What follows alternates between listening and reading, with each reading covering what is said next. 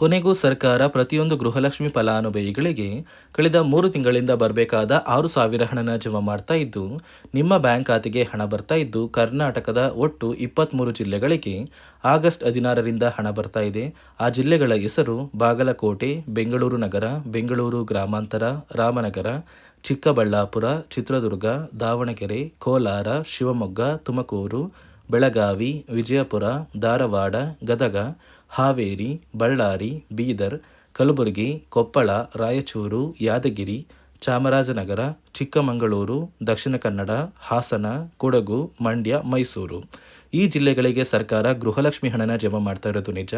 6,000 ಹಣ ಬರ್ತಾ ಇರೋದು ನಿಜ. ಆದರೆ ಹಣಕಾಸು ಇಲಾಖೆ ತಂದಿರುವ ಹೊಸ ಬದಲಾವಣೆ ಮತ್ತು ನಿಯಮಗಳ ಪ್ರಕಾರ 7ರಿಂದ 8 ಲಕ್ಷ ಮಹಿಳೆಯರಿಗೆ ಗೃಹಲಕ್ಷ್ಮಿ ಹಣ ಕ್ಯಾನ್ಸಲ್ ಆಗ್ತಾ ಇದೆ. ನಿಮ್ಮ ಬ್ಯಾಂಕ್ ಖಾತೆಗೆ ಹಣ ಬರುತ್ತಾ, ಹಣ ಕ್ಯಾನ್ಸಲ್ ಆಗುತ್ತಾ ಮತ್ತು ಯಾವ ಜಿಲ್ಲೆಗಳಿಗೆ ಹಣ ಬರ್ತಾ ಇದೆ ಅಂತ ನಾನು ನಿಮಗೆ ಈ ಒಂದು ವಿಡಿಯೋದಲ್ಲಿ ಸಂಪೂರ್ಣವಾಗಿ ತಿಳಿಸ್ಕೊಡ್ತಾ ಇದ್ದೀನಿ. ಅದಕ್ಕಿಂತ ಮೊದಲು ನೋಡಿ ವೀಕ್ಷಕರೇ, ನೀವು ನನ್ನ ಚಾನಲ್ನ ಸಬ್ಸ್ಕ್ರೈಬ್ ಆಗದೆ ಹಾಗೆ ವಿಡಿಯೋ ನೋಡ್ತಾ ಇದ್ರೆ ದಯವಿಟ್ಟು ಪ್ರತಿಯೊಬ್ಬರು ಚಾನಲ್ನ ಸಬ್ಸ್ಕ್ರೈಬ್ ಮಾಡಿಕೊಂಡು ಹಾಗೆ ವಿಡಿಯೋಗೆ ಒಂದು ಲೈಕ್ನ ಕೊಡಿ.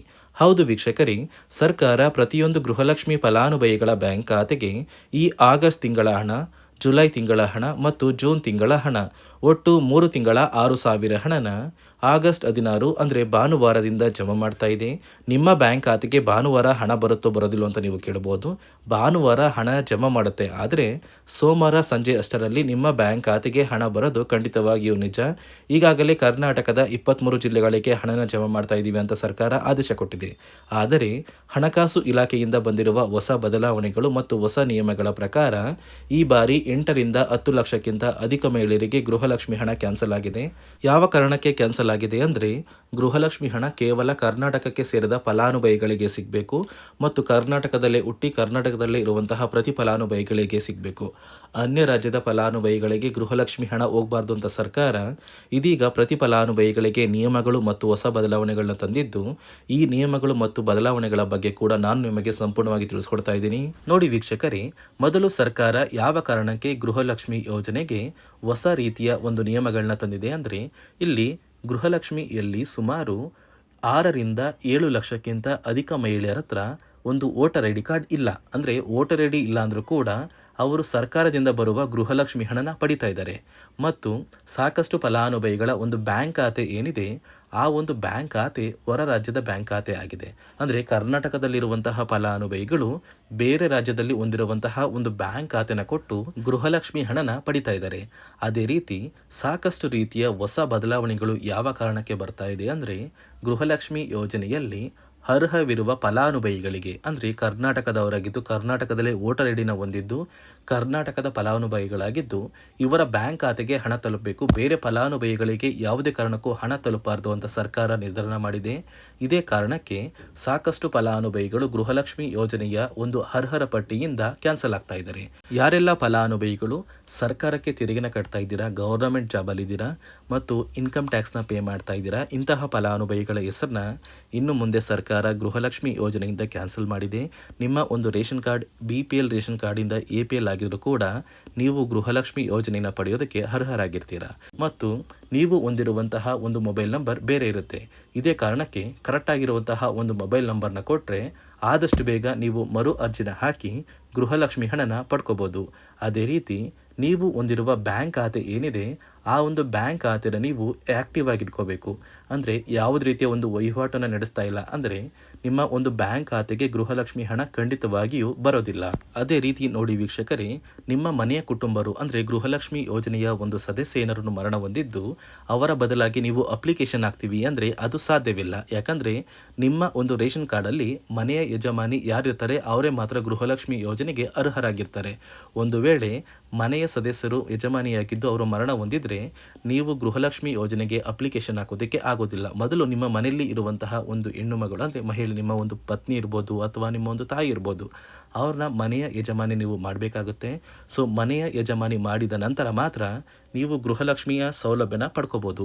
ಒಂದು ವೇಳೆ ನೀವು ಗೃಹಲಕ್ಷ್ಮಿಗೆ ಹೊಸದಾಗಿ ಅರ್ಜಿ ಹಾಕಬೇಕು ಅಂದರೆ ಇದೀಗ ಸರ್ಕಾರ ಅದಕ್ಕೂ ಕೂಡ ಕರ್ನಾಟಕ ಒನ್, ಗ್ರಾಮ ಒನ್ ಅಥವಾ ಬೆಂಗಳೂರು ಒನ್ ಸೇವಾ ಕೇಂದ್ರದಲ್ಲಿ ಅವಕಾಶ ಮಾಡಿಕೊಟ್ಟಿದೆ.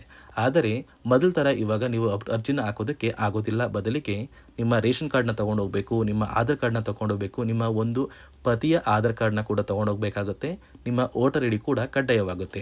ನಿಮ್ಮ ವೋಟರ್ ಐ ಡಿ ನಿಮ್ಮ ಹತ್ರ ಇದ್ದರೆ ಮಾತ್ರ ನೀವು ಗೃಹಲಕ್ಷ್ಮಿ ಯೋಜನೆಯ ಒಂದು ಅರ್ಹತೆಯನ್ನು ಪಡ್ಕೋತೀರಾ. ಒಂದು ವೇಳೆ ವೋಟರ್ ಐ ಡಿ ಇಲ್ಲ, ರೇಷನ್ ಕಾರ್ಡ್ ಇದೆ, ಆಧಾರ್ ಕಾರ್ಡ್ ಇದೆ ಅಂದರೆ ಇನ್ನು ಮುಂದೆ ನಿಮ್ಮ ಬ್ಯಾಂಕ್ ಖಾತೆಗೆ ಸರ್ಕಾರ ಗೃಹಲಕ್ಷ್ಮಿ ಹಣನ ಖಂಡಿತವಾಗಿಯೂ ಜಮಾ ಮಾಡೋದಿಲ್ಲ. ಯಾಕಂದರೆ ಪ್ರತಿ ವರ್ಷವೂ ಕೂಡ ಸರ್ಕಾರ ವೋಟರ್ ಐ ಡಿನ ಬಿಡುಗಡೆ ಮಾಡುತ್ತೆ, ಅಂದರೆ ವೋಟರ್ ಲಿಸ್ಟ್ನ ಬಿಡುಗಡೆ ಮಾಡುತ್ತೆ. ಈ ಒಂದು ಲಿಸ್ಟಲ್ಲಿ ಕೆಲವು ಫಲಾನುಭವಿಗಳ ಒಂದು ಹೆಸರನ್ನ ಕ್ಯಾನ್ಸಲ್ ಮಾಡುತ್ತೆ.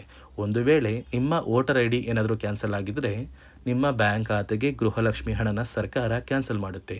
ಈ ಕೂಡಲೇ ನೀವು ನಿಮ್ಮ ದಾಖಲಾತಿಗಳು ಎಲ್ಲ ಕೂಡ ಸರಿ ಇದೆ ಅಂತ ತಿಳ್ಕೊಳ್ಳಿ. ಹಾಗಾದರೆ ಮಾತ್ರ ನೀವು ಗೃಹಲಕ್ಷ್ಮಿ ಯೋಜನೆಗೆ ಅರ್ಹರಾಗಿರ್ತೀರ. ಸರ್ಕಾರ ಯಾವ ಕಾರಣಕ್ಕೆ ಈ ರೀತಿಯ ಹೊಸ ಬದಲಾವಣೆಗಳನ್ನ ತರ್ತಾ ಇದೆ ಅಂದರೆ ಇಲ್ಲಿಯವರೆಗೂ ಸುಮಾರು 60 ಕೋಟಿಗಿಂತ ಅಧಿಕ ಮೊತ್ತನ ಸರ್ಕಾರ ನಷ್ಟ ಮಾಡಿಕೊಂಡಿದೆ. ಅಂದರೆ ಫಲಾನುಭವಿಗಳು ನಮ್ಮ ಕರ್ನಾಟಕದವರೇ ಅಲ್ಲ, ಅಂತಹ ಫಲಾನುಭವಿಗಳಿಗೂ ಕೂಡ ಸರ್ಕಾರದಿಂದ ಹಣ ಹೋಗಿದೆ ಮತ್ತು ಸಾಕಷ್ಟು ಫಲಾನುಭವಿಗಳು ಮರಣ ಹೊಂದಿದ್ದಾರೆ.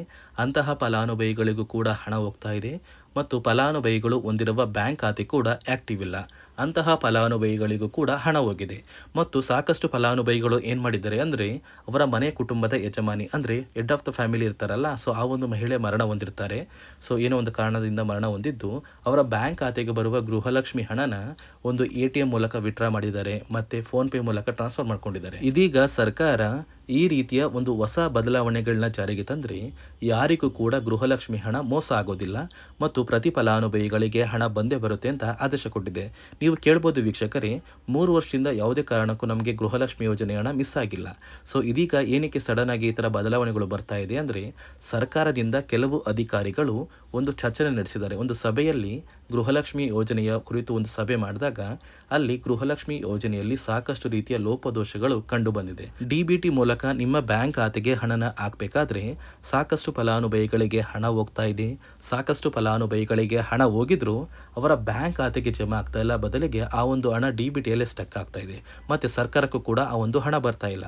ಮತ್ತು ಸರ್ಕಾರ ಹಾಕಿರುವ ಹಣ ಇನ್ನೂ ಕೂಡ ಹಾಗೇ ಇದೆ. ಸಾಕಷ್ಟು ಫಲಾನುಭವಿಗಳು ಆ ಒಂದು ಹಣನ ಯೂಸ್ ಕೂಡ ಮಾಡ್ತಾ ಇಲ್ಲ, ಅಂದರೆ ಅದು ಬ್ಯಾಂಕ್ ಖಾತೆಯಲ್ಲಿ ಹಂಗೇನೆ ಇದೆ.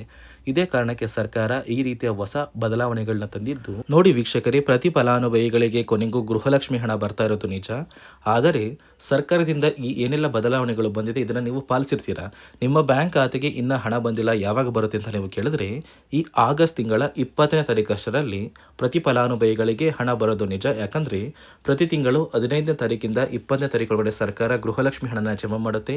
ಈ 5 ದಿನಗಳಲ್ಲಿ ನಿಮ್ಮ ಬ್ಯಾಂಕ್ ಖಾತೆಗೆ ಗೃಹಲಕ್ಷ್ಮಿ ಹಣ ಖಂಡಿತವಾಗಿಯೂ ಬರುತ್ತೆ. ನಿಮ್ಮ ಸ್ನೇಹಿತರಿಗೆ ಇನ್ನು ಗೃಹಲಕ್ಷ್ಮಿ ಹಣ ಬಂದಿಲ್ಲ ಅಂದರೆ ಅವರಿಗೆ ಈ ಒಂದು ವಿಡಿಯೋನ ಶೇರ್ ಮಾಡಿ, ಅವರ ಬ್ಯಾಂಕ್ ಖಾತೆಗೂ ಕೂಡ ಗೃಹಲಕ್ಷ್ಮಿ ಹಣ ಬರ್ತಾ ಇದೆ ಅಂತ ತಿಳಿಸಿ. ಮತ್ತು ನಾನು ಕೊಟ್ಟಿರುವ ಮಾಹಿತಿ ನಿಮಗೆ ಇಷ್ಟ ಆಗಿದ್ದಲ್ಲಿ ದಯವಿಟ್ಟು ಪ್ರತಿಯೊಬ್ಬರು ನನ್ನ ಚಾನಲ್ನ ಸಬ್ಸ್ಕ್ರೈಬ್ ಮಾಡಿಕೊಂಡು ಆದಷ್ಟು ಪ್ರತಿಯೊಬ್ಬರು ಈ ಒಂದು ವಿಡಿಯೋನ ನಿಮ್ಮ ಸ್ನೇಹಿತರಿಗೆ ಶೇರ್ ಮಾಡಿ ಮತ್ತು ವಿಡಿಯೋಗೆ ಪ್ರತಿಯೊಬ್ಬರು ಒಂದು ಲೈಕ್ನ ಕೊಟ್ಟು ಎಷ್ಟು ಗೃಹಲಕ್ಷ್ಮಿ ಕಂತಿನ ಹಣ ನಿಮ್ಮ ಬ್ಯಾಂಕ್ ಖಾತೆಗೆ ಇಲ್ಲಿಯವರೆಗೆ ಜಮಾ ಆಗಿದೆ ಅಂತ ಪ್ರತಿಯೊಬ್ಬರು ಕಮೆಂಟ್ ಮೂಲಕ ತಿಳಿಸಿ.